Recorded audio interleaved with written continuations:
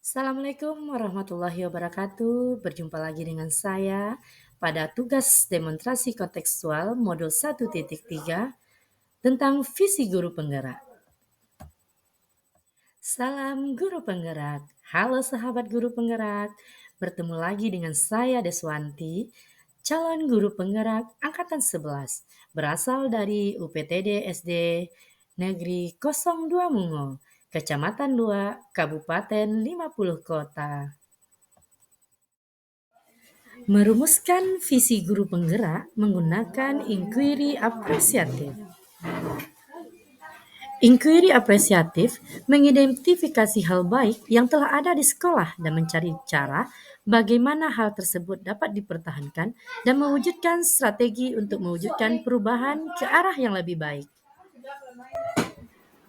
Untuk menerapkan inquiry apresiatif, salah satu langkah yang dapat kita lakukan yaitu dengan menggunakan metode penerapan Bagja. Tahapan baca yang pertama yaitu B. Buat pertanyaan utama, A. Ambil pelajaran, G. Gali mimpi, J. Jabarkan rencana, dan A. Atur eksekusi. Dalam tahapan baca, yang pertama yang B itu dalam membuat pertanyaan utama, artinya kita menentukan arah penelusuran. Sedangkan ambil pelajaran itu kita memandu pengalaman positif individu, kelompok, komunitas yang akan dijadikan pembelajaran. Sedangkan maksud dalam gali mimpi di sini yaitu narasi keadaan ideal jika prakasa perubahan terwujud. Dan yang J maksudnya di sini yaitu jabarkan rencana, kita mengidentifikasi tindakan-tindakan yang akan dilakukan. Dan yang terakhir yaitu atur eksekusi, kita membantu transformasi. Adapun visi guru penggerak yang sudah saya rumuskan, yaitu terwujudnya peserta didik yang mandiri, kreatif, dan inovatif, serta peduli terhadap lingkungan sesuai dengan profil pelajar Pancasila. Sedangkan prakarsa perubahan yang sudah saya buat yaitu meningkatkan kreativitas dan motivasi belajar murid melalui pemanfaatan teknologi. Nah, untuk tahapan bakca yaitu sebagai berikut.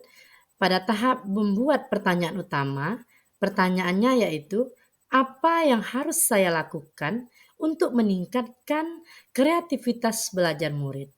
Sedangkan tindakan atau penyelidikannya yaitu berdiskusi dengan kepala sekolah dan rekan kerja yang lain mengenai cara meningkatkan kreativitas belajar murid.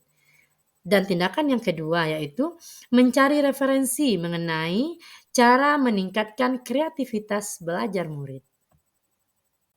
Selanjutnya, pada tahapan bakca ambil pelajaran, pertanyaannya yang pertama yaitu, siapa orang yang pernah berhasil mengenai cara meningkatkan kreativitas belajar murid?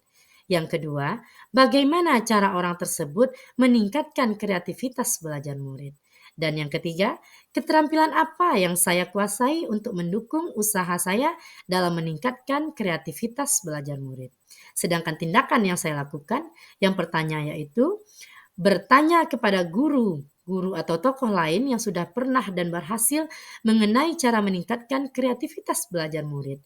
Dan tindakan yang kedua yaitu mencari narasumber praktik baik yang telah berhasil meningkatkan kreativitas belajar murid.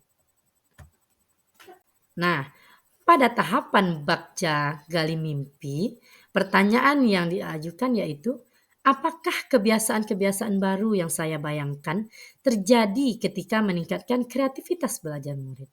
Kemudian tindakan yang saya lakukan, yang pertama yaitu bertanya lagi kepada murid apa yang mereka rasakan ketika mereka belajar dengan kreatif. Yang kedua, bertanya kepada guru lain mengenai perubahan yang terjadi pada murid dalam belajar setelah mereka belajar dengan kreatif.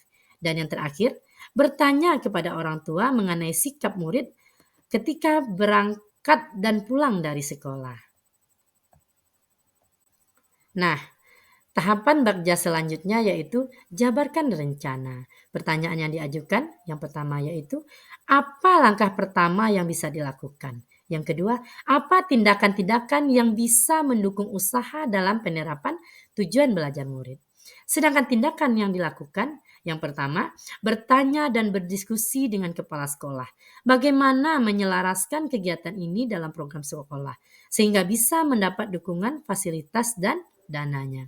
Yang kedua yaitu berdiskusi dengan rekan guru lain mengenai langkah-langkah dalam menyusun rencana kegiatan penetapan tujuan belajar. Tahapan bekerja yang terakhir yaitu tentang atur eksekusi. Pertanyaan yang diajukan yang pertama yaitu, siapa saja yang akan saya libatkan dalam mewujudkan rencana ini? Yang kedua yaitu, kapan kegiatan ini akan mulai dilakukan? Sedangkan tindakan yang akan saya lakukan yaitu berdiskusi dengan pihak sekolah, unsur pimpinan dan rekan guru untuk membentuk tim khusus dan menjalankan kegiatan penetapan tujuan ini.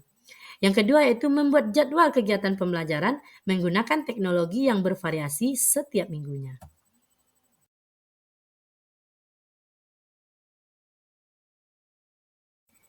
Demikianlah pemaparan saya. Semoga dapat membawa perubahan ke arah yang lebih baik dan berpihak kepada murid. Akhir kata, wabillahi taufiq wal hidayah. Wassalamualaikum warahmatullahi wabarakatuh.